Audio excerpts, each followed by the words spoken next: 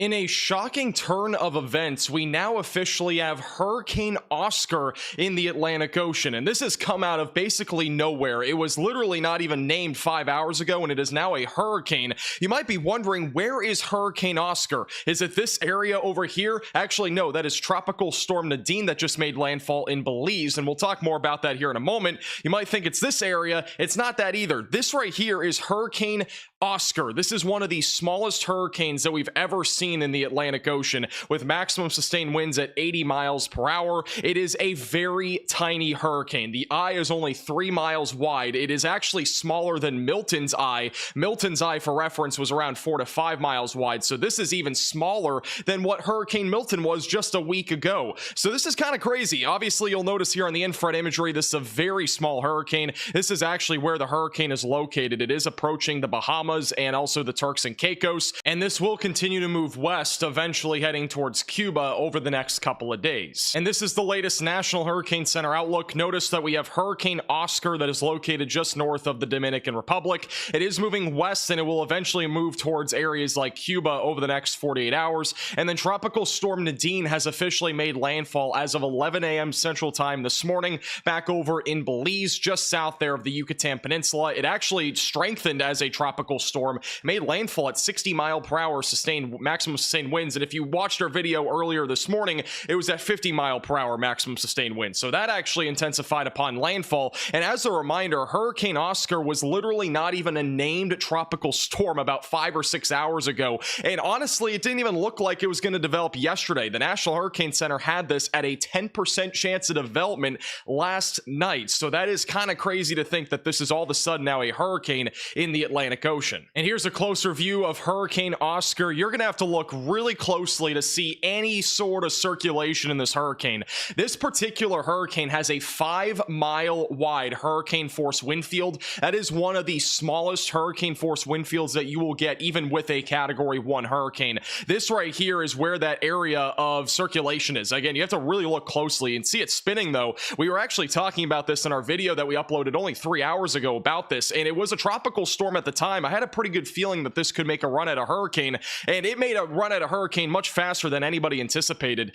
Right now, this is approaching the Turks and Caicos. Storm surge and heavy rainfall will be the main concerns tonight. I also want to point out that the tropical storm force wind field is only 35 miles wide. So for reference, Hurricane Helene had a wind field essentially that was over 200 miles wide. This is obviously way smaller than that. This is a very, very small system that is just off to the north of the Dominican Republic and Haiti. Again, this is currently moving west as a very small hurricane. And the hurricane hunters have been flying through Hurricane Oscar. You'll notice the pressure has actually been falling at about 989 millibars. And you might be thinking 989 millibars sounds like a middle grade tropical storm. Well, again, hurricanes are not based off of pressure. They are more based off of wind speeds. And the wind speeds in those purple wind barbs that you're seeing, those are wind speeds that are being measured at flight level around 75 to 80 knots, which in reference is about 90 mile per hour maximum sustained winds aloft. At the surface, they are currently around 80 miles per hour. And again, the wind field is tiny. Any of those orange and purple barbs, that is really where most of the tropical storm force winds are. It's a very, very small hurricane, as mentioned before. And I also want to point out that if it wasn't for the hurricane hunters flying into this hurricane today, we wouldn't know that it's a hurricane because there wasn't really any signs of it,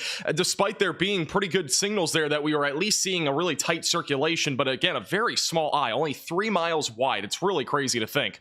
So this is what the track is currently from the National Hurricane Center in terms of where this is going to be going. I want to point out a couple of things. This is moving west at about 12 miles per hour, so it's moving at a pretty good pace right now. 80 mile per hour maximum sustained winds. But look at the hurricane force winds and the tropical storm force winds. That orange area that I just circled is where the tropical storm force winds are. And for reference, this is a very small area of tropical storm force winds. It's actually smaller than the state of Rhode Island, which is a very tiny state, by the way, in the United States. So again, just crazy stuff here. It's only about 35 miles wide. Again, this is currently moving to the west. That area of highest wind speeds will be moving over the Turks and Caicos tonight. So there will be some storm surge and as well as some heavy rainfall. It will continue as a hurricane, by the way. It will actually stay a hurricane probably all the way until Cuba when it makes landfall sometime Sunday night or early Monday morning. And then after that, there's a pretty large cone of uncertainty for at least this system. At this point, it really could go anywhere. We think that this is going to eventually make landfall in Cuba, and then it will eventually turn to the north due to a cold frontal boundary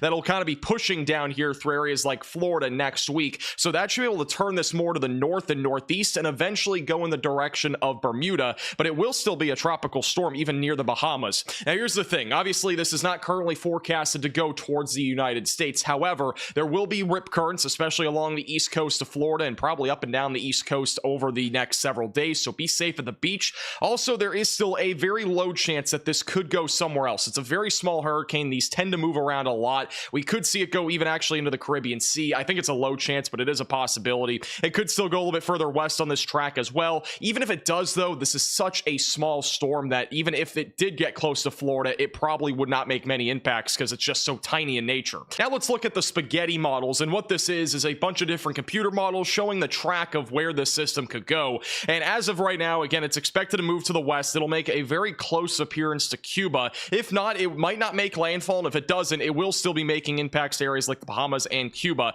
Again, there are a couple of models that do bring this slowly into the Caribbean Sea. I don't think it's going to happen, but it is a low chance. If that does happen, we'll have to keep a close eye on this for areas like Florida, but if it doesn't happen, then overall, we do think that this will move off to the north and northeast, eventually going towards Bermuda later this week. It will be making impacts again, mainly to the Bahamas and as well as the Turks and Caicos. The latest intensity guidance from several different computer models are showing something completely different from this morning, as many of them now are in the cusp of either being still a Category 1 hurricane over the next few days, which is what the National Hurricane Center will think will happen, but there are a couple of models that bring this to a Category 2 and even a brief Category 3 hurricane. Now, with small systems, they are typically going to be able to really quickly weaken or even strengthen. So we actually could see this rapidly intensify further tonight and even into tomorrow, and that could actually bring this to a Category 2 or 3 hurricane. It's not something that can be ruled out. However, the majority of models do have this at Category 1 intensity or a tropical storm over the next few days. But I honestly do think that with how small this hurricane is, it could make a run at being a Category 2 or 3 hurricane, similar to what Milton was. Milton was also a small hurricane, and it rapidly intensified, one of the most intense hurricanes of all time in the Gulf of Mexico. I'm not saying that's what's going to happen here, but I do think that this could easily get to Category 2 intensity tonight or even tomorrow morning. And the other tropical system in the Atlantic Ocean is Tropical Storm Nadine. This just made landfall in Belize back over near the Yucatan Peninsula a couple hours ago. You'll notice that the convection not nearly as deep anymore, not nearly as cold of cloud tops aloft, but it is actually still spinning quite a bit. It is producing some tropical storm force winds as it moves inland to areas like Belize and as well as the Yucatan Peninsula. And this is the latest outlook from the National Hurricane Center. It is expected to be a tropical depression as it moves inland to Mexico and Guatemala here over the next 24 hours. And then after this, it is actually expected to move into the Pacific Ocean, and it will likely become a hurricane here as it moves into the Pacific. We are expecting this to move to the west, and it's actually going to be entering a favorable environment where this could become another tropical storm or hurricane, meaning another named storm. Several computer models at least have this getting to tropical storm intensity by early this week, and then after that, it could make a run at becoming a hurricane as it continues to move into the Pacific Ocean. So very interesting stuff there. If it does that, it will have a different name. And as always, thank you so much for watching. If you are new to the channel, make sure to subscribe down below. And as a reminder, our Drunknado phone cases for both iPhone and Samsung have just released at shopmaxvelocity.net. It is also the top link in the description below. Again, these are now on sale, just released today. And then in addition to that, our 500,000 subscriber merch is still available. It will be going away though on Halloween. We only have one signed hat left at the time recording this forecast. If you want that, the last one is in stock right now. Aside from that, again, make sure to go check it out. Top link in the description below, and hope you have a fantastic rest of your day.